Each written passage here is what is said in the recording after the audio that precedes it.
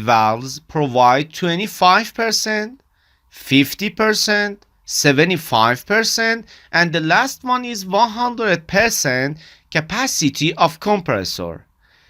There are two approaches to control capacity: step control and infinite control. In a step control method, capacity will be changed by the time of using solenoids. For example, any of required capacity could be obtained by solenoids.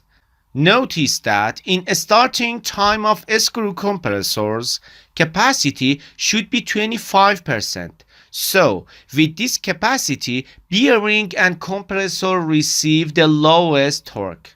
So, compressor should not be run with high ampere, therefore running torque should be low as it possible. In a step control, any step of controlling capacity could be achieved by energizing solenoid valves. You can see in this image that in step capacity control of Bitzer screw compressor, capacity is changeable by energizing any of these steps and the fourth valve. The fourth valve has a role of 100% control, that is continuously 10 seconds on and 10 seconds off.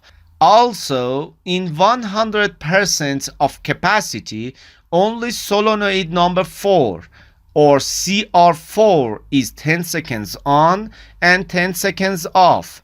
We talked about infinite capacity as before mentioned in other movies. Infinite control of Bitzer screw compressor models CSH and CSW can be achieved by two different approaches. In the first one, capacity control will be achieved by two solenoid valves that are solenoid number 3 and number 4. The third solenoid controls 25% of capacity and the fourth solenoid controls capacity of 100%.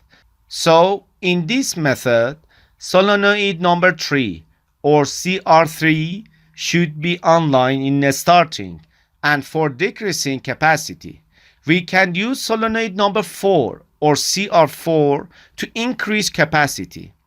In another way of infinite control, solenoids number 2 and 4 should be online. Solenoid number 2 is referred to 50% of capacity. So, by solenoid number 2, we will decrease capacity, and by solenoid number 4, we will increase capacity. But you should pay attention to the solenoids in the infinite way that are not continuously on such a step control and should be energized by pulses.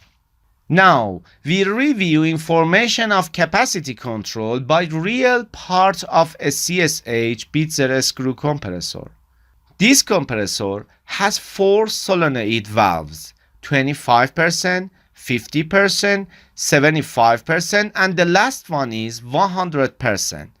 Any of these solenoids are connected to cylinder of a sliding system by steel tubes.